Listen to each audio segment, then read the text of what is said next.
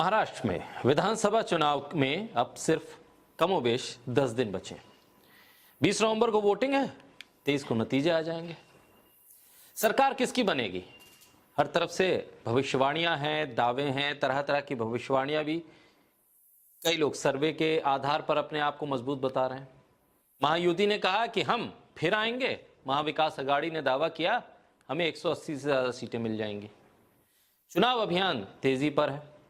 इस बीच बीजेपी ने महाराष्ट्र में घोषणा पत्र जारी किया, लेकिन इस बार ना तो महाविकास अघाड़ी और ना ही महायुति ने मुख्यमंत्री के चेहरे की घोषणा की है। हर कोई ये कह रहा है कि जब नतीजे आएंगे तब हम तय करेंगे।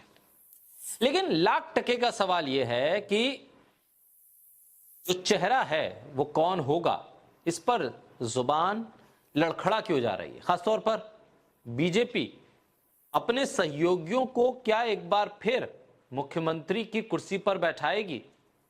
क्योंकि जब शिवसेना और एनसीपी को तोड़ा गया था तब देवेंद्र फडणवीस को उप मुख्यमंत्री की कुर्सी देकर उन्हें संतुष्ट किया गया। यानी कि उन्होंने समझौता किया, जो मुख्यमंत्री रह चुका हो व्यक्ति उसे उप मुख्यमंत्री की कुर्सी मिल जाए और वो बड़ा मुस्कुराते हुए उस कुर्सी को हासिल कर ले, और उन लोगों को जिनको तोड़कर वो लाए दूसरी पार्टी से, उनको मुख्यमंत्री की कुर्सी दे दी जाए। तब सवाल ये उठता है कि अब जब शिंदे शिवसेना और अजीत पवार की एनसीपी बीजेपी के साथ मिलकर चुनाव लड़ रही हैं, तो क्या एक बार फिर बीजेपी शिंदे को मुख्यमंत्री की कुर्सी पर नहीं बैठाएगी? क्या अजीत पवार को इस बार मौका नहीं देगी? लग तो ऐसा ही रहा है, क्योंकि बीजेपी की तरफ से अमित शाह खुलकर बोल नहीं पा रहे हैं, या यूं कहें कि वो शिंदे को इशारों ही इशारों में कह रहे हैं कि तुमसे जो काम लेना था वो ले चुके, अब हमारी बारी है। महायुति जीती तो सीएम किसका बनेगा? सत्तारूढ़ महायुति देवेंद्र फडणवीस, एकनाथ शिंदे, अजीत पवार। एकनाथ शिंदे मौजूदा वक्त में मुख्यमंत्री हैं, लेकिन जीतने की स्थिति में मौजूदा मुख्यमंत्री रहेंगे या नहीं रहेंगे, यह सवाल बड़ा हो गया है। और इस सवाल का जवाब देने से न सिर्फ एकनाथ शिंदे, न सिर्फ अजीत पवार, बल्कि खुद अमित शाह भी बचते हुए नजर आए। हालांकि बीजेपी कई जगह पर चेहरा प्रोजेक्ट कर देती है और कई राज्यों में वो इस बात को आगे करती है कि चुनाव के बाद तय करेंगे। मुश्किल महाराष्ट्र में बीजेपी के सामने यह है कि वो अकेले दम पर सरकार बना पाएगी, ये मुश्किल नजर आ रहा है।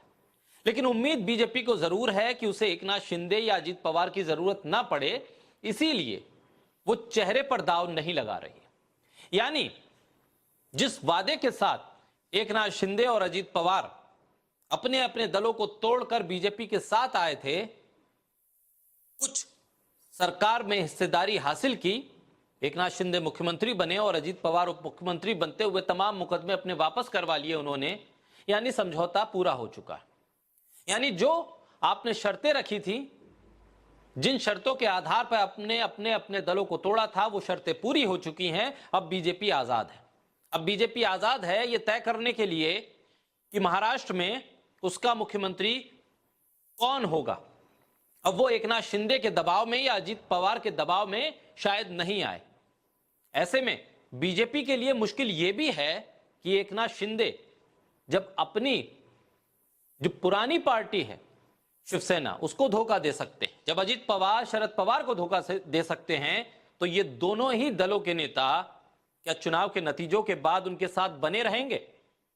ये एक बड़ा सवाल है। विधानसभा चुनाव को लेकर बीजेपी ने संकल्प पत्र जारी कर दिया। इस दौरान सीएम फेस को लेकर अमित शाह ने कहा कि अभी महाराष्ट्र सरकार में एकनाथ शिंदे हैं, चुनाव के बाद तीनों पार्टियां बैठकर तय करेंगी कि महाराष्ट्र का सीएम कौन होगा।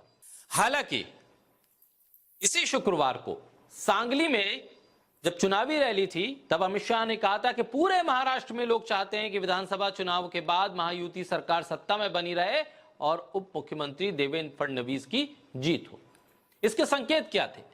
क्या इसके मायने ये कि देवेंद्र फडणवीस को बीजेपी प्रोजेक्ट कर रही है? लेकिन सांगली में तो देवेंद्र फडणवीस की जीत के बाद अमित शाह करते नजर आए, लेकिन जब संकल्प पत्र पेश हुआ तो उनके नाम से भी किनारा कर लिया। महाराष्ट्र चुनाव उतना आसान नहीं है जितना लगता है। इस साल महाराष्ट्र विधानसभा चुनाव महायुति बनाम महाविकास अघाड़ी का सीधा मुकाबला है। इस बीच बीजेपी ने घोषणा पत्र जारी करते हुए कहा कि अगर महागठबंधन सत्ता में आया तो मुख्यमंत्री कौन होगा, ऐसा प्रश्न पूछा गया। उस वक्त अमित शाह ने अपना जवाब दिया था कि भाई हम तो बाद में तय करेंगे। लेकिन एकनाथ शिंदे को क्या हासिल हुआ? कहा यह जा रहा है कि गद्दारी करके जो आए थे अब उनके साथ गद्दारी हो रही है। कांग्रेस की तरफ से यह कहा जा रहा है। पवन खेड़ा ने ट्वीट करते हुए अमित शाह के मुख्यमंत्री वाले बयान को कोट किया। उसका स्क्रीनशॉट लगाते हुए उन्होंने लिखा कि गद्दारों के साथ गद्दारी हो गई, महायुति की छुट्टी की तैयारी हो गई। कुल मिलाकर महायुति की तरफ से यह नहीं कहा जा रहा है कि जीतने की स्थिति में एकनाथ शिंदे दोबारा सीएम बनेंगे। इसके पीछे गणित भी बताया जा रहा है और अविश्वास भी बताया जा रहा है। यह बताया जा रहा है कि यह बहुत हद तक संभव है कि एकनाथ शिंदे और अजीत पवार वापस अपने दलों की तरफ लौट जाएं और सरकार बनाने की स्थिति में वो बीजेपी को अकेला छोड़ दें। ये बहुत हद तक संभव है क्योंकि बीजेपी के साथ जिस समझौते को लेकर एकनाथ शिंदे और अजीत पवार साथ आए थे वो लगभग अब पूरा हो गया है और ऐसे में बीजेपी भी इस स्थिति को भांप रही है। इसीलिए वो खुलकर किसी को प्रोजेक्ट कर नहीं रही और अमित शाह महाराष्ट्र में आकर जब ये कहते हैं कि तीनों दल मिलकर बैठकर चेहरे को तलाश करेंगे, तब वो एकनाथ शिंदे को दरकिनार कर ही देते हैं और अजीत पवार की उम्मीदों को भी तोड़ देते हैं। अब देखना होगा कि चेहरे की ये लड़ाई बीजेपी और उसके सहयोगी दलों के बीच किस हद तक अंतर विरोधों का सामना करती है और इसका फायदा कितना बीजेपी को होता है और कितना शरद पवार के साथ खड़े हुए उद्धव ठाकरे और कांग्रेस को मिलता है।